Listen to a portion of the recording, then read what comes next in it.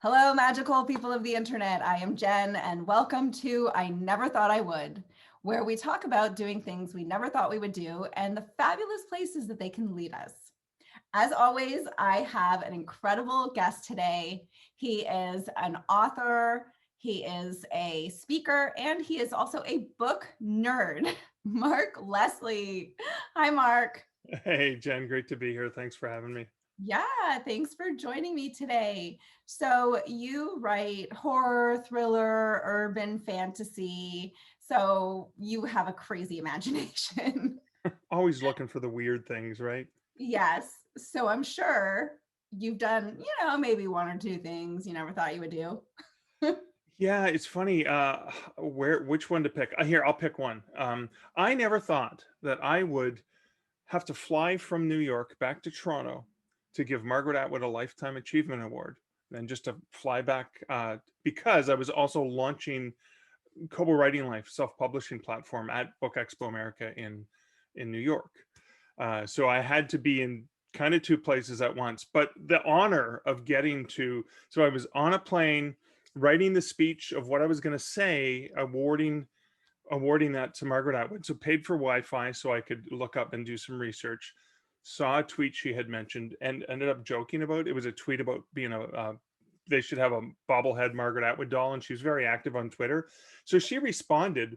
So in my speech, I talked about something she had tweeted that afternoon or Oh, that evening. cool. Then in the speech that I wrote to present her the Lifetime Achievement Award from the Canadian Booksellers Association, I was president of the Booksellers Association at the time, and she responded to that. And so in her thank you speech, so she knew she was getting the award, so it was like she had a really great speech prepared, but she also ad-libbed and added in the bobblehead reference that I made. And I never thought I would be flying from New York to Toronto to give, this icon, Canadian literary icon, like world icon, Yeah. an award, that I would have that honor, but then that I would be able to kind of ad lib play with her like in that way, and that she was so on the ball. Like it was such I still can't believe I did that. Okay. So, first of all, was this before or after The Handmaid's Tale became such a huge hit on TV? Yeah, this was 2012, so it was before Like that was. just before, Yeah, yeah, just yeah, before that was in development. Wow. Yeah, it's amazing because I think Handmaid's Tale, like the success of the show has like catapulted her into this like yeah, whole new trajectory of success. right, But you and I being Canadians, we grew up on Margaret Atwood. yeah. I grew up reading her books. So yeah, it's amazing that you had this opportunity I know. to I remember like being a kid and having a librarian say, "Oh, there's this a book from this big popular Canadian writer on writing that you should read." And I remember reading it and getting depressed on just how hard it was going to be.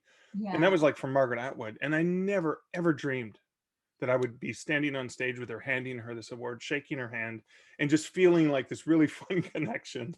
I mean, that was, yeah, it blew my mind completely. And it's such a testament to like her creativity and how on the ball she is that even though she had a speech prepared, she was able to like deviate from the script and be Yes. in the moment and be present.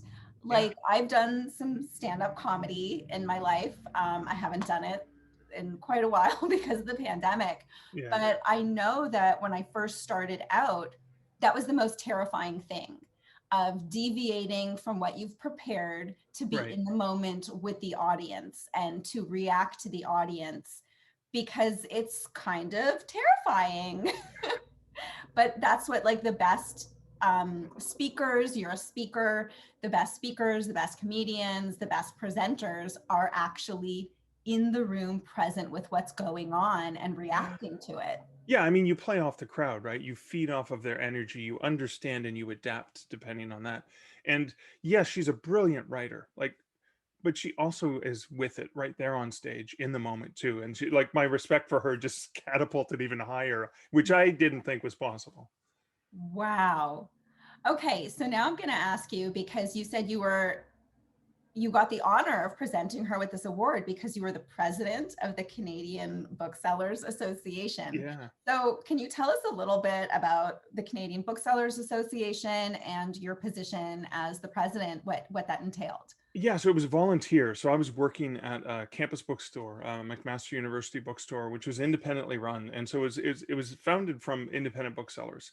Mhm. And sadly, the organization folded itself into the Retail Council of Canada Mm. because it used to have an expo in Canada, and there was all kinds of big things. It was just getting smaller and smaller and smaller, and unfortunately, I was president as it was already on its way out. So it Oh, was like the last few years. There is a new organization of independent booksellers that I love. I champion them. I think they're the most amazing people, and a lot of the same people I used to sit on the board with.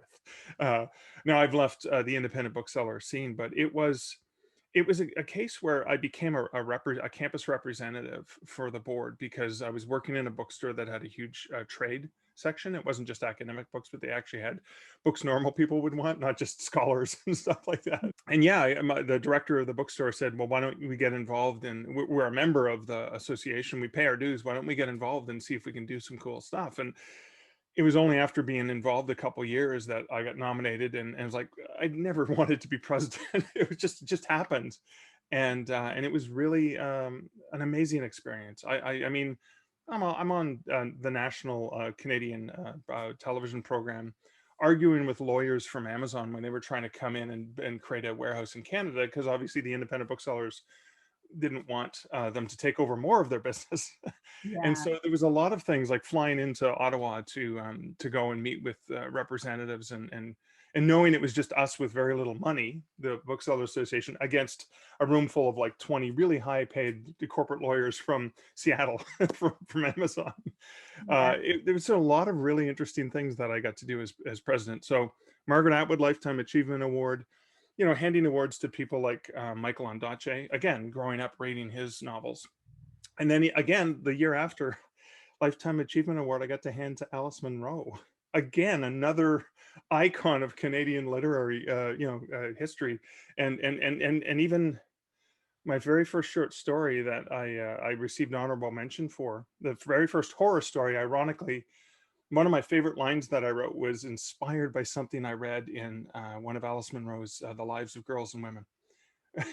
And it stuck with me. 15 years later, I ended up writing a story that incorporated an element that inspired me from that story. And I Mhm. got to tell her that in the speech when I was giving her the speech, just how much she's affected my writing. So that was I mean, I'm a really lucky guy. I've gotten to do some really cool things. Yeah, that is amazing. And I guess when you first got that job at that bookstore at McMaster, you never thought No, that it I would thought I'd lead just be to, selling textbooks. yeah, you never thought it would lead to being the president of an association and getting to connect with so many illustrious authors. Yeah, yeah. I've been very lucky in terms of who I've gotten to hang out with. Okay, so now I want to shift a little bit to your own writing. Yeah. So you write horror, thriller, urban fantasy. You actually have like a huge library, and we don't have time to get into everything today. So I'd like to talk about the Canadian Werewolf series. Yeah. Oh, thank you. Can Yeah. you tell us a little bit about that? So the series started off as a short story. I imagined I needed to write a story for an anthology called the Beast Within, and it was the look at the man behind the monster, Hmm. as opposed to the monster itself. And so I imagined a story. I'd just been to New York for the first time, a long time ago, and I imagined what would it be like to live in a metropolis like that as a werewolf? How would the logistics work? You Hmm. wake up, and so I have this guy wake up naked in Battery Park with a bullet hole in his leg and the taste of human blood in his mouth, and he goes, "What the heck did I do last night?" And he's butt naked. He's got to get home, and I had to make him a pseudo celebrity, so it's kind of like he can't be seen, Yeah. tabloids and stuff. So Mhm. he's got to figure out how to find clothes. So it's like this dark humor, and you never see him as a wolf. You only see him as a human dealing with the side effects of being a wolf. And so that spun into the novel A Canadian Werewolf in New York, which is again a riff off of a popular movie title that you may be familiar with. And then people loved it so much I had to keep writing it. I wrote Stowaway, which was the sequel where he's on a plane, a train bound for Stowe, Vermont, and he ends up finding a young girl that he needs protection. So a lot of people have likened it to Planes, Trains, and Automobiles meets Logan. Okay, I'm gonna stop you there. I just need to ask you, like, what kind of experience did you have in New York that prompted you to write about Doesn't a guy everyone waking wake up up? naked in Battery Park? Like, is that based on true events? That's never happened to you?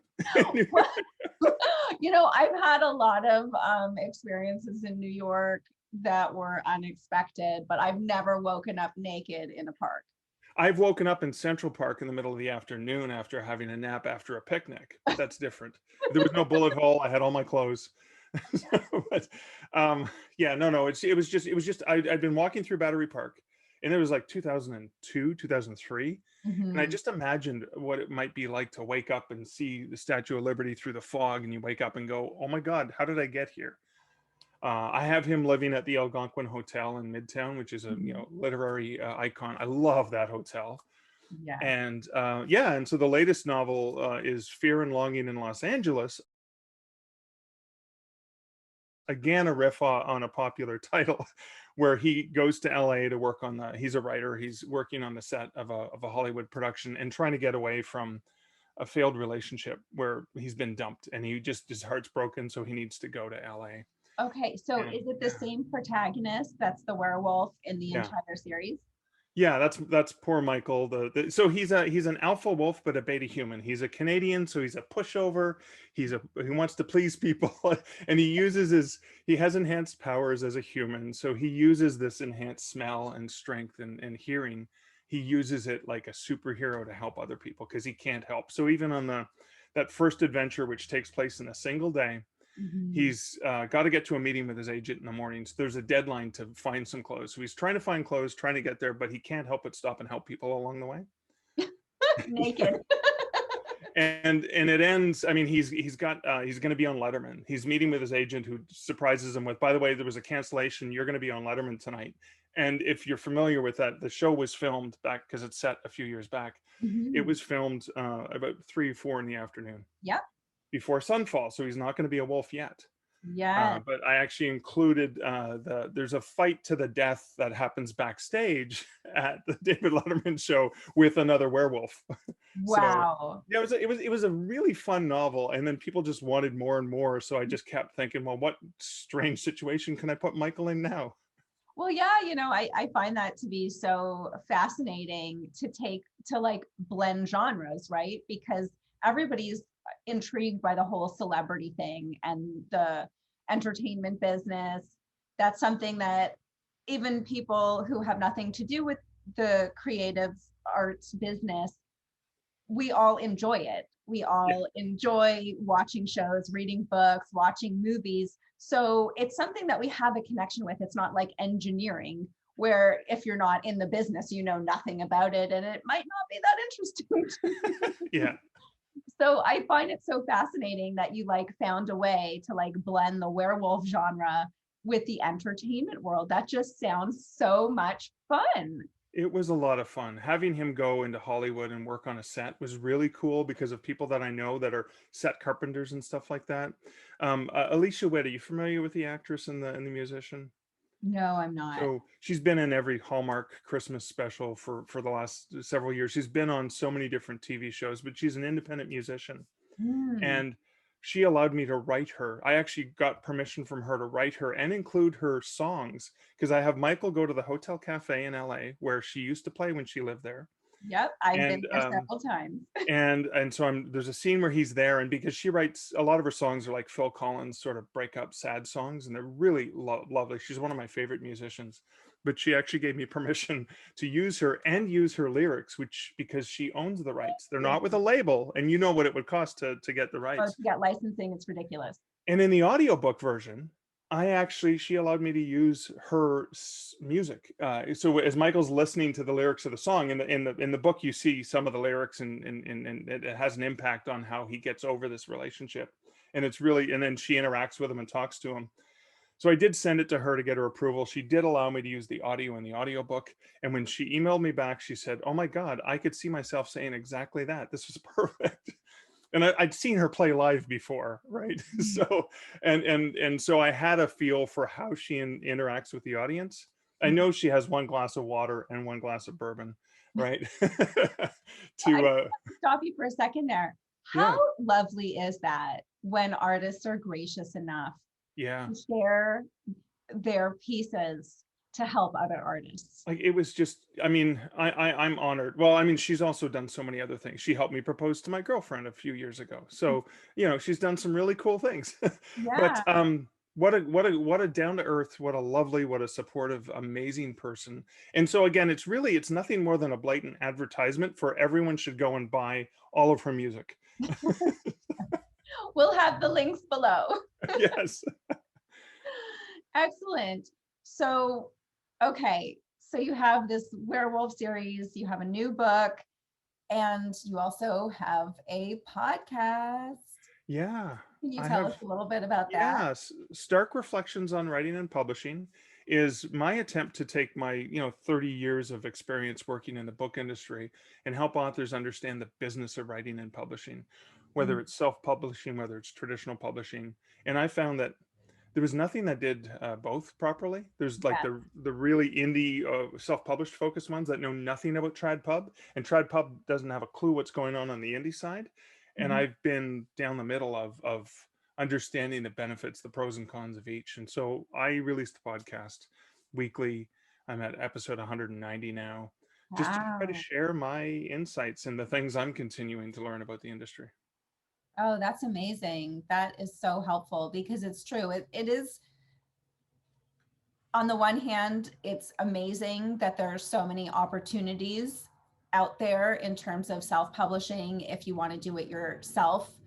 But at the same time, it's a very, there's almost too many possibilities that it's really hard to navigate, and it's funny because you would think that a lot of writers, if they could go the traditional publishing route, they would, but it's not always the best choice. It's not always the best fit for what an individual writer is trying to do, and it really is like a case by case decision depending on what your genre is, depending on what your goals are and things like that. Oh, for sure. Like you said, it's book by book, it's case by case. Do you want to sell dead trees that are stocked in stores around the country, or do you want to make money? Sorry, that's not it. But like honestly, there's nothing like with my trad pub books. There's nothing like walked into a bookstore in Vegas a couple years ago and didn't expect to find a couple copies of Haunted Hospitals there on the shelf. Whoa, that's so cool. But that would never happen with my self-published titles. It's very rare, right, for that to happen because most of that comes from ebook sales. Yeah, and also because it's accessible globally, all over to everybody, you're able to find your following and your audience. In the West, everybody has access to the internet, Yeah. and people have different interests that are not necessarily what traditional publishing is going to push. Yeah, you're right. The niche, there's so many niche opportunities that digital has enabled, and just publishing in general. I'm not even talking about book publishing, Mhm. TikTok publishing, right? I think of all of those things as creative. There's all of Definitely, these ways that you can tell stories with the world, whether it's free to consume, free to publish, or whether it comes through paid. There's just so many opportunities now. definitely, definitely. Well, it's been such a pleasure chatting with you. I can't wait to talk to you again. Thank you so much. Yeah, this has been like so lovely, and I can't wait to check out your Canadian Werewolf series. It's so up my alley. I love that. So please let us know, where can we find you? Where can we find your books, your podcast? Give us all the info. Everything, all my links, all my social media can be found at markleslie.ca because that's the Canadian. If you go to .com, you'll find some tech guru from California. All right, markleslie.ca. And we'll have links to the books and your social media handles below. Thank you so much for taking the time to chat today. And thank you all out there in the interweb.